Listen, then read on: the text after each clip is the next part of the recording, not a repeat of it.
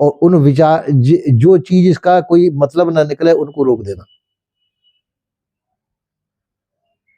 आवश्यकता की पूर्ति होना, जो आवश्यक कार्यों को पूरा करो और जो अनावश्यक कार्य है उनको रोक दो, ये सदुपयोग हो गया। आवश्यक कार्य को पूरा करो, अब आपको कोई काम नहीं है, शांत बैठे तो फिर शांत हो जाइए, तो ये आवश्यकता हो गई। काम है तो उसको करो और न करे तो उसको रोक दो।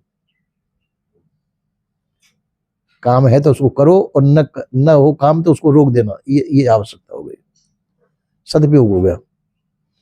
और यदि आवश्यकता नहीं है फिर भी हम उसको करें, वो दुरुपयोग हो गया। जिस चीज की आवश्यकता नहीं है उसको हम कर रहे हैं तो वो दुरुपयोग हो जाएगा।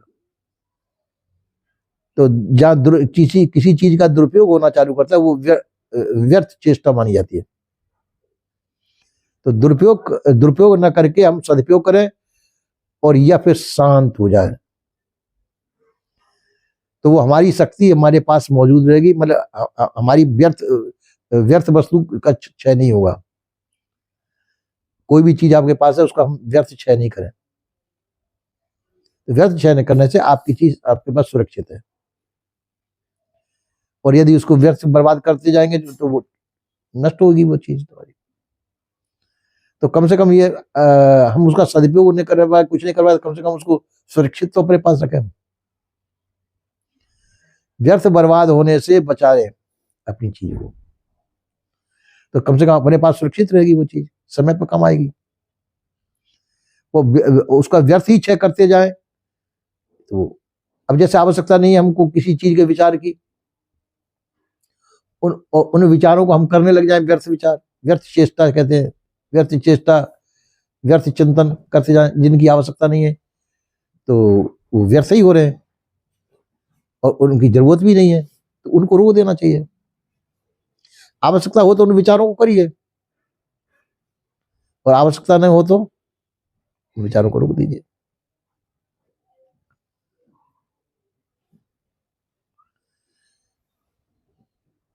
जैसे थोड़ी देर के लिए किसी देवता की किसी ने शायद वो की साधना, और साधना से ये उसने वरदान पाया कि भाई तू जो विचार करेगा वो सत्यता में बदल जाएगा, जो तू विचार करेगा वो सत्यता में बदल जाएगा, वैसा होएगा। तो उसने कहा कि अच्छा जो कार्य करेगा वो तो मेरा घर जो सोने का बन जाए, मिट्टी का घर था सोने का हो गया, ये कार्य हो जाए तो वो होता चला गया जो कार्य करने के थे। अब जैसे अब उसकी लड़की आई, उसको गोद में लिया तो वो सोने की बन गई, मर गया। फिर जो है जाकर के वो घर मकान उसे सोने का कर लिया, सब उसका सोने का कर लिया। अब ये व्यर्थ काम किया उसने। अब लड़की जब सोने की बन गई वो, फिर वो रोने लग गया। फिर उसने शेर की कल्पना की, तो शेर प्रकट हो गया कि ये मेरे को खा नहीं जाए कहीं, तो वो खाने के लिए दौड़ा, तो जब खाने के लिए दौड़ा तो फिर निद्रा। फिर उसने कहा हे देवता तू अपनी शक्ति को वापस ले ले। तो देवता प्रकट हुआ कि तेने इस शक्ति का दुरुपयोग किया। सदुपयोग करना चाहिए, हर चीज का सदुपयोग करना सीखना चाहिए, दुरुपयोग करना नहीं चाहिए। तो एक तू अपनी शक्ति को वापस ले ले, तो उसके घर मकान वगैरह जो मिट्टी के मकान सोने के होने, वो भी वैसे के तैसे, लड़की भी जैसी तैसी हो गई। तो इसलिए जैसा का तैसा रहने तो वो ठीक है, अपनी शक्तियों का दुरुपयोग मत करो। अपने पास जो शक्ति है उनका दुरुपयोग नहीं करना और सदुपयोग करना चाहिए। बोलना चालना जो भी हमारी चेष्टा, इन पर हमको सदुपयोग करना, जैसा करना चाहिए, जैसा होना चाहिए वैसे ही होना चाहिए। इसलिए जो व्यर्थ चिंतनों का त्याग करना चाहिए, ये योग है। योग का पहला सूत्र है योग चित्त वृत्ति निरोध है। चित्त की वृत्तियों के निरोध का नाम ही योग है। व्यर्थ कामों को करना ही योग है, व्यर्थ कामों को रोकना। आवश्यकता की पूर्ति और अनावश्यकता की निवृत्ति, इसका नाम योग है। वो हम नहीं करते। हम आवश्यकता की पूर्ति नहीं करते और अनावश्यकता की पूर्ति करते हैं, जो नहीं करना चाहिए। तो जो हम पढ़े उस पढ़े हुए चीज को अपने ऊपर अप्लाई करना, अपने ऊपर उसको लागू करें, है ना। शास्त्र जब ही हमारे लिए शास्त्र है जब उस शास्त्र को अपने ऊपर लागू करें। जो शास्त्र हमने पढ़ा है, जो पढ़ाई हमने पढ़ी है, उस पढ़ाई को हम अपने ऊपर लागू करें। तो वो जो विद्या को अपने ऊपर लागू करेंगे तो वो विद्या विद्या है। और विद्या को अपने ऊपर लागू नहीं करेंगे, वो विद्या को दूसरे ऊपर लागू करेंगे तो वो विद्या आपको फायदे नहीं करेगी, नुकसान करेगी।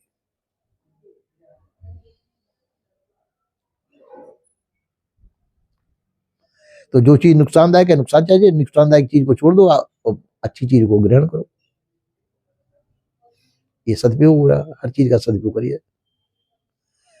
आवश्यकता की पूर्ति कर लो, अनावश्यकता का त्याग कर दो। जैसे थोड़ी देर के लिए जहर है, जहर का भी सदुपयोग किया जाता है। तो जहर को जो है शुद्ध करके, शोधन करके, और रोगी को दवा की जगह पे दिया जाता है। जहर को संख्या भस्म बनाते हैं, कुचला भस्म, कुचला को भी शोधन करके दिया जाता है। वो जहर है, उसको कच्चे रूप में दिया जाएगा तो जहर मारेगा दूसरे को। उसका शोधन करके, और शोधन करके किसी रोगी को दिया जाएगा तो उसके रोग के अनुसार तो उस रोग को खत्म करेगा, अमृत का काम करेगा। तो जहर अमृत भी है और मृत्यु भी है। तो इसलिए शोधन करके जो चीज दी जाती है तो जहर भी अमृत बन जाता है। तो हमको शोधन करना चाहिए हर चीज का। आपके कहे हुए वचन भी आप दूसरे के लिए अमृत हो सकते हैं,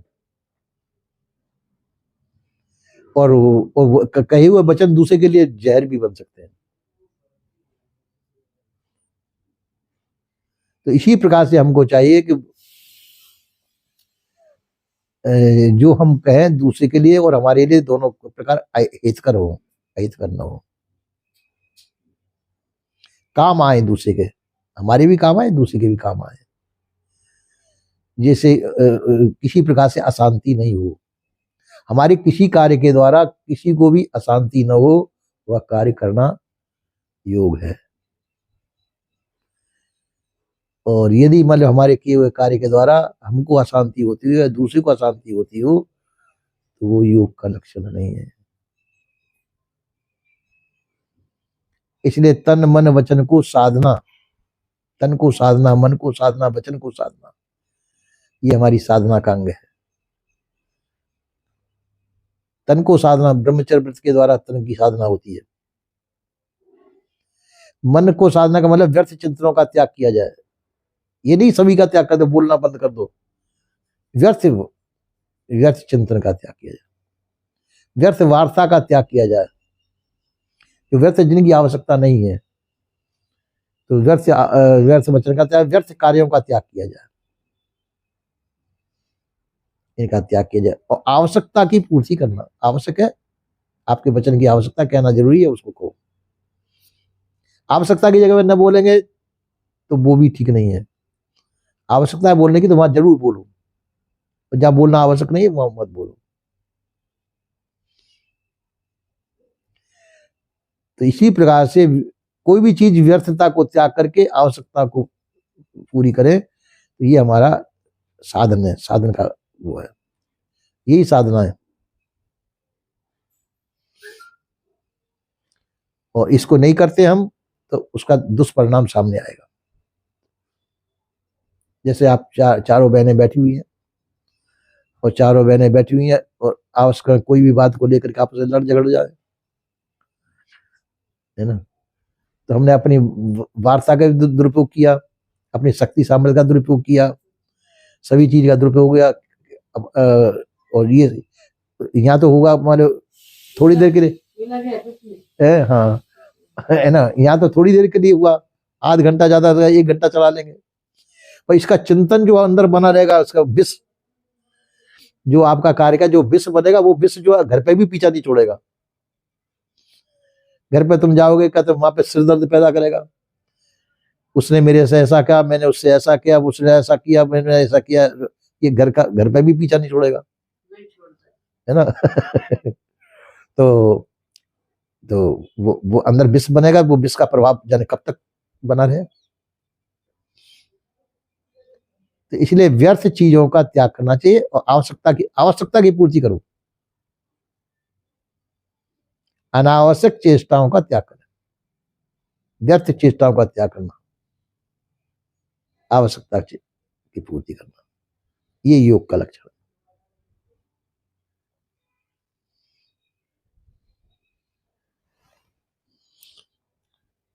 ठीक है ना।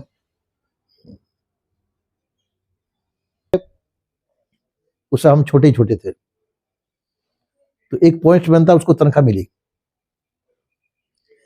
100, तो उसके लड़के ने वो अपनी पत्नी को दे रहा था, एक ही लड़का था उसके, तो फट गए वो नोट अपने बाप के हाथ से उसने छीना, नोट फट गया 100 का। अब बाप को इतना आवेश आया, उस लड़के को उठा के पछाड़ दिया उसने, एक ही लड़का था, लड़का मर गया। हम भी छोटे ही थे सर, बांदुकी की बात है। फिर सुना तो गए देखने के लिए, सब कुछ हुआ, वो लड़का तो समझ, फिर जाने क्या क्या हुआ उसका हो जाए, पर बिना सोचे समझे वो वेग को रोक नहीं पाया ना। 100 का नोट गया तो गया, और लड़का उसने मार दिया, ये तो वेग ज्यादा बढ़ गया ना उसका।